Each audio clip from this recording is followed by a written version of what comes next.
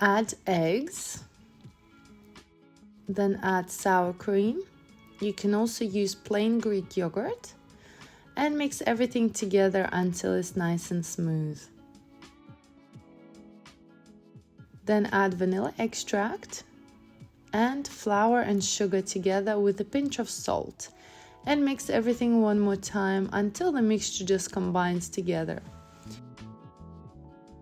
Once your mixture is nice and smooth, it's ready.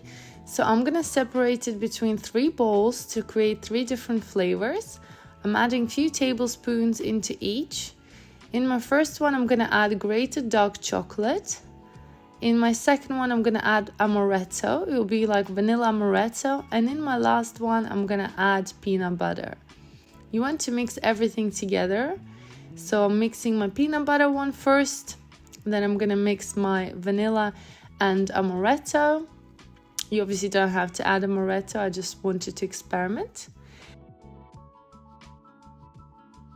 And lastly, my chocolate. I want to mix this very gently because I want the waffles to maintain the sort of vanilla flavor and color and then have the chocolate melted inside. Once your waffle maker is ready, I'm gonna cook my plain ones first. So add about 1.5 tablespoons of your mixture and cook in your waffle maker until they're ready. Once they're done, they will look nice and golden, just like this. Look how pretty they are. And because we're making them with sour cream, these waffles are very fluffy and gentle. So they're very airy. To decorate, I'm going to give you a couple of ideas for each flavor. So with my plain vanilla ones, I'm just going to add raspberry jam on top.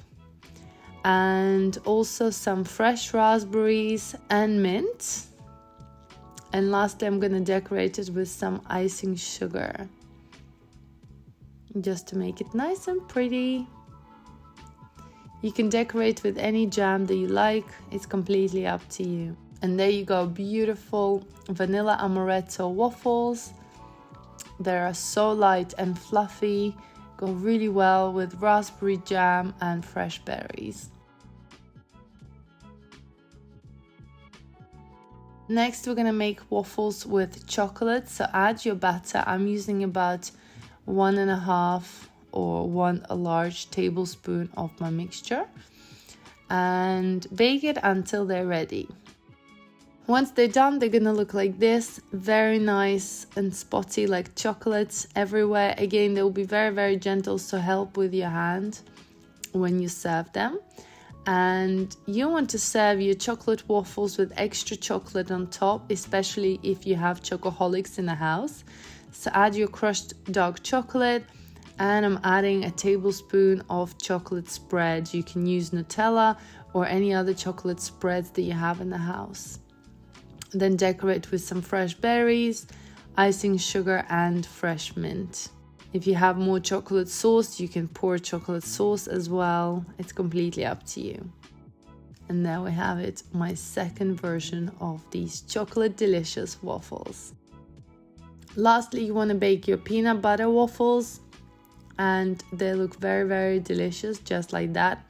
I thought you could also add peanuts into your batter if you wanted to, but that's completely optional. To serve it, I like to put them on a plate and then drizzle them with lots and lots of honey. You can also use maple syrup, or if you have cream or ice cream, that will work really well. I decorated them with some nuts, crushed cookies, and there we go. I did think they were a little bit dry, so like I said, I would add ice cream or cream on top just to make them nice and moist.